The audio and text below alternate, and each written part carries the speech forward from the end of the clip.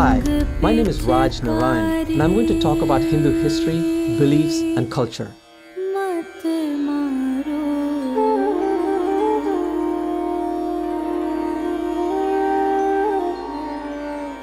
Hinduism is the oldest living religion in the world and the third largest. More than 1 billion Hindus live in 150 different countries, mostly in India. The United States alone is home to over 2 million Hindus. Origins of Hinduism. To find the distant beginnings of Hinduism, we have to go back over 6,000 years to the Saraswati-Indus region of the Indian subcontinent. This vast area extends from Sri Lanka in the south to the Himalayan mountains in the north, from the Arabian Sea in the west to the Bay of Bengal in the east. The Saraswati-Indus civilization developed here, eventually becoming the world's largest and most advanced, surpassing even those of Egypt, Mesopotamia, and China. The civilization is named after the area's two great river systems, the Saraswati and the Indus. It is called the Vedic culture after the earliest Hindu sacred text. It is also known as the Harappan culture after the site of its first discovery in 1920. This was an urban culture centered around many highly organized cities, some with populations of 80,000, which was rare in those days. The cities were connected by trade routes which extended west to Mesopotamia and east to Central Asia. 5,000 years later, archaeologists discovered pottery, seals, statues, beads, jewelry, tools, toys, miniature carts, and dyes, all of which hint at what life was like at the source of the civilization that has evolved into modern-day India. The flat stone seals have writing on them and images of deities, ceremonies, symbols, people, plants, and animals. Even though writing was widespread among the people, we have not deciphered it yet. From these artifacts, we learn that certain religious and cultural practices were identical to those followed by Hindus today. One seal shows a meditating figure that scholars link to Lord Shiva, while others show the lotus posture used today in Hatha Yoga. Other discoveries connect the far past with today, including swastikas, statues of the Mother Goddess, worship of the Shiva Lingam, fire altars that show the ceremonial practice of Vedic people who are also known as Aryans, sacred baths, priests, sacred animals, and symbolism in the performing arts. You must be familiar with the traditional greeting, Namaste. Here is a small clay statue portraying the same. And this statue shows a woman with red powder in the part of her hair. Married women even today observe the same custom. As the Saraswati-Indus culture declined when the river dried up around 2000 BCE, many people migrated to more fertile places in eastern and central India, especially along the river Ganga and also beyond the subcontinent.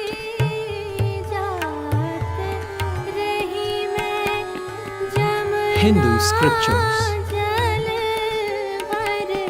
The four Vedas, the central holy books of Hinduism, were composed in Sanskrit starting at least 6,000 years ago. The Rig Veda, the earliest of the four, speaks repeatedly of the Saraswati, describing it as the most mighty of rivers, flowing from the Himalayan mountains to the sea. Thus, we know that a large part of this sacred text was composed well before 2000 BCE, by which time the river had dried up. Vedic hymns praise God, gods, and goddesses and describe a powerful and spiritual people, their clans, kings and emperors, fights and battles. Their sophisticated economy included agriculture, industry, trade, commerce, and cattle raising. Vedas call the country Sapta Sindhu, meaning the land of 7 rivers. The words Hindu and India both come from the Sanskrit word Sindhu, which means river. These Vedic hymns describe a form of fire worship, yajna, performed around a specially built altar. Archaeologists have unearthed such altars in several Saraswati Indus cities. Hindus still perform fire worship in this form. Originally, these thousands of hymns were not written down but memorized. Even today, there are priests who can chant from memory as many as 10,500 verses, which takes 50 hours.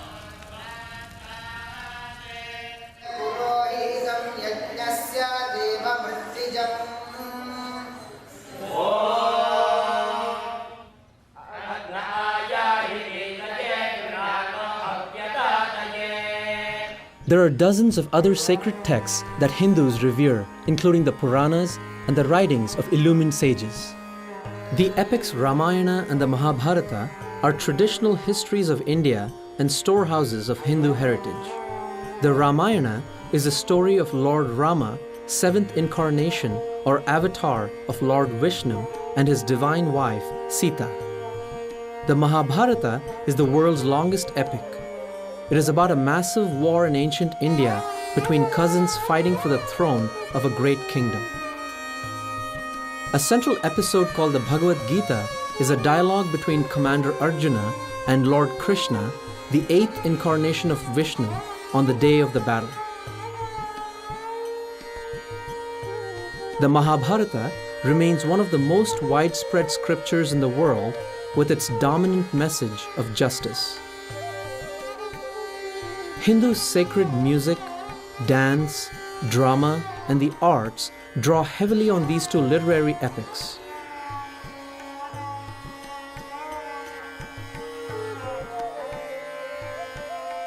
The Hindu society.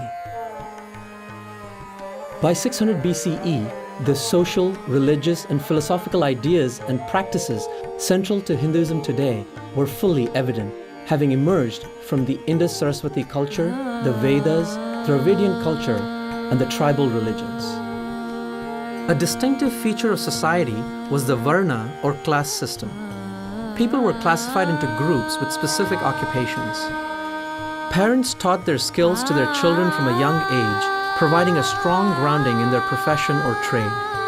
These groups eventually became hereditary.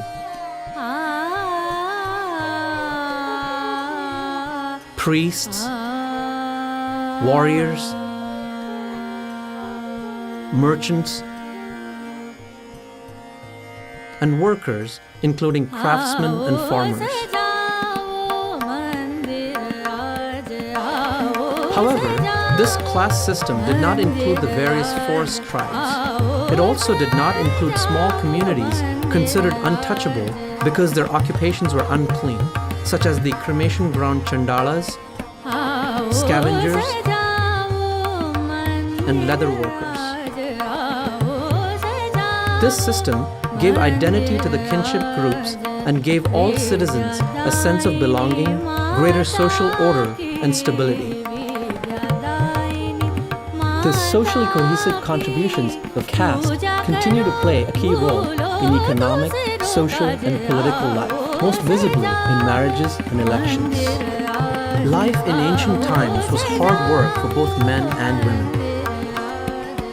Women were responsible for running the household, while men for looking after their craft, farm, and family security. In general, women participated equally in religious ceremonies, festivities, and social relationships. Some of the foremost religious and political leaders in India's history have been women. Some, even composed Vedic hymns. The period from 1000 BCE through the Gupta period, ending in the mid-6th century CE, was a time of great scientific and mathematical advancement.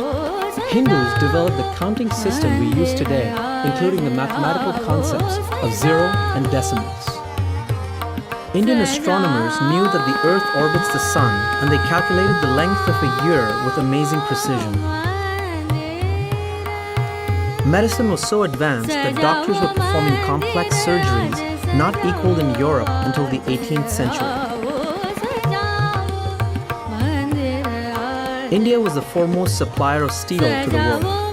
In 400 CE, its foundries created an iron pillar which even stands today and has never rusted. Modern science cannot equal this feat. For thousands of years, India has been home to 1/4 of the human family. It has been honored as a nation of wealth and wisdom, and, of course, it is famous today as the world's largest democracy.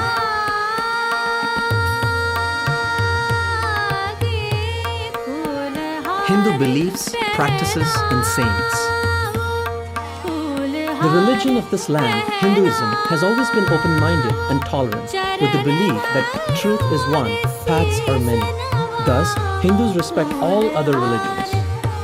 Hinduism is the only major religion that worships God in both male and female form, as well as with and without any attributes. The original Sanskrit name for Hinduism is Sanatana Dharma, meaning eternal religion. Most Hindus believe in a supreme God, many gods and goddesses, spiritual worlds, the divinity of the soul, dharma, karma, reincarnation, God realization, and liberation from rebirth.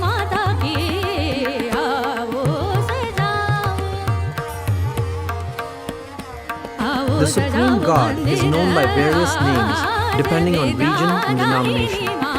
Brahman, Bhagavan, Shiva, Shakti, Vishnu, and more. He, she is all-powerful, all-knowing, all-loving, eminent, that is, present in all things, and transcendent, beyond them as well. God exists within each person as Atman, the divine soul. God realization describes the experience of the divine within oneself. This profound encounter with God is regarded as the ultimate goal of life. Hindus teach that every human being can know God personally. Hindus also worship other divinities. Each divinity has distinct powers and areas of responsibility. For example, Lord Ganesha is the remover of obstacles, Saraswati is the goddess of knowledge, and Hanuman is the god of service and devotion.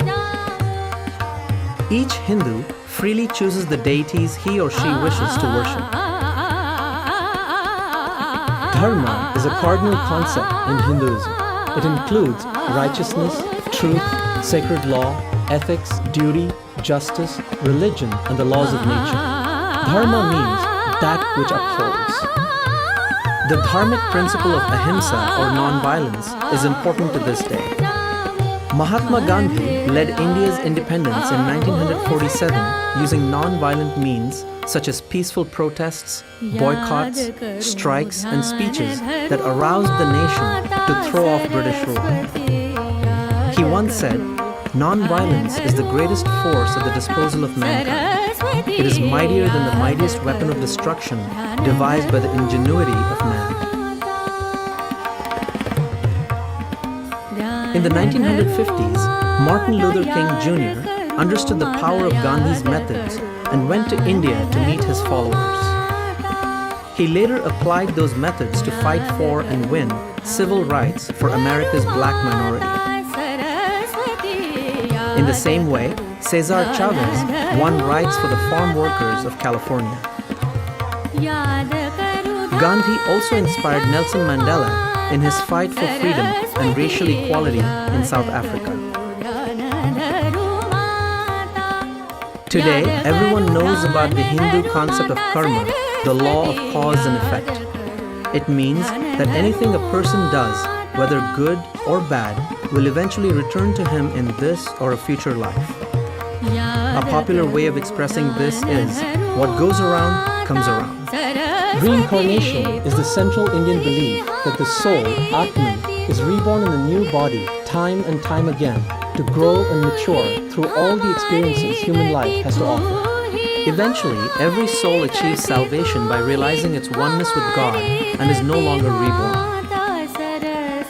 Hindus do not believe in a Satan or an eternal hell. Worship is central to a Hindu's life. So, every Hindu home has a place of worship.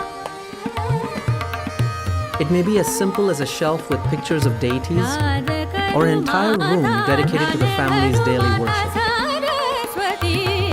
A worship ceremony called puja, performed elaborately or very simply every day in the temple or in the home shrine, invokes the divine beings for blessings and happiness.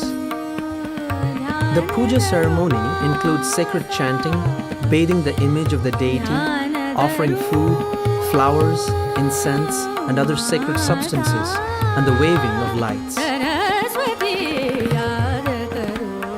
Hindus practice yogic disciplines every day called sadhana.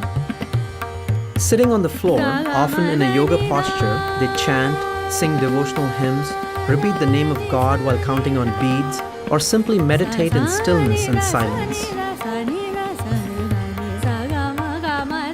The temple is revered as the home of God. There are millions of temples in India, many quite ancient. The most important of these mystically designed structures cover hundreds of acres and receive thousands of pilgrims each day. Every Hindu is expected to pilgrimage to temples and holy places far and wide. These pilgrimages unify the religion as tens of millions of people travel throughout the subcontinent and interact. Hinduism has a rich history of sages and saints, both men and women from all castes. Some of the great saints wrote detailed explanations of the Upanishads and related scriptures, such as Adi Shankara in the 8th century CE, Ramanuja in the 11th, and Vallabhacharya in the 15th. Others, including Sambandar, Mirabai, and Tukaram, expressed their experience of God through devotional songs. Recent saints include Sri Ramakrishna, Swami Vivekananda, Anandamayi Ma, Swami Narayan, and Shirdi Sai Baba. Millions of Swamis and other saintly souls make up the spiritual leadership within Hinduism. Swamis have renounced the world and taken up spiritual life full-time. Special among these are the gurus, enlightened men and women who serve as religious teachers. Some gurus have millions of followers, others are humble hermits. Hinduism has no central organization and no single dogma. No one person or institution is in charge. Instead, there are thousands of independent guru lineages, spiritual traditions, monastic orders, and religious institutions.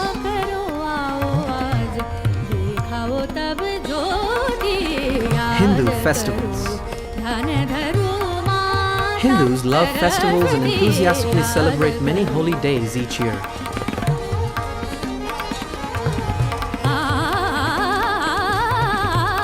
The biggest is called Diwali or Deepavali, the festival of lights.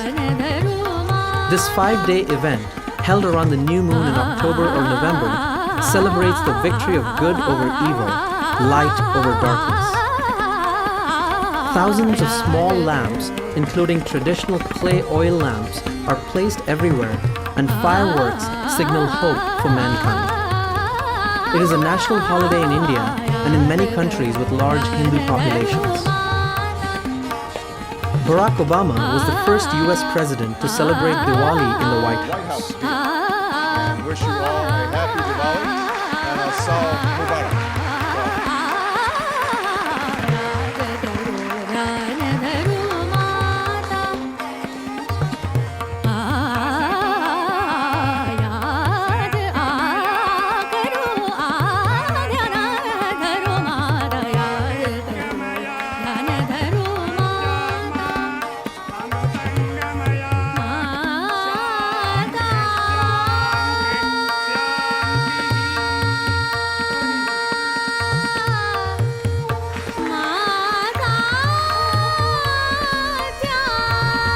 One special festival, the Kumbh Mela, takes place every 3 years at 4 sacred river sites. The 2013 Kumbh Mela was held at Prayag, which is modern-day Allahabad, in northern India. During the 6 weeks, 130 million people pilgrimaged there from all across India and the world. On one day alone, 30 million pilgrims were present. It was the largest human gathering ever held on earth. Hinduism has persisted for thousands of years because the dharma, faith, and culture have instilled in each Hindu a unique and strong sense of identity, family, and spiritual purpose. It endures because it is a dynamic religion which gives complete freedom of practice, accepts that there are many ways to worship God, and provides festivals, temples, pilgrimages, gurus, and scriptures to illumine the path, thereby celebrating life itself. We hope that this documentary has increased your understanding of Hinduism and its history.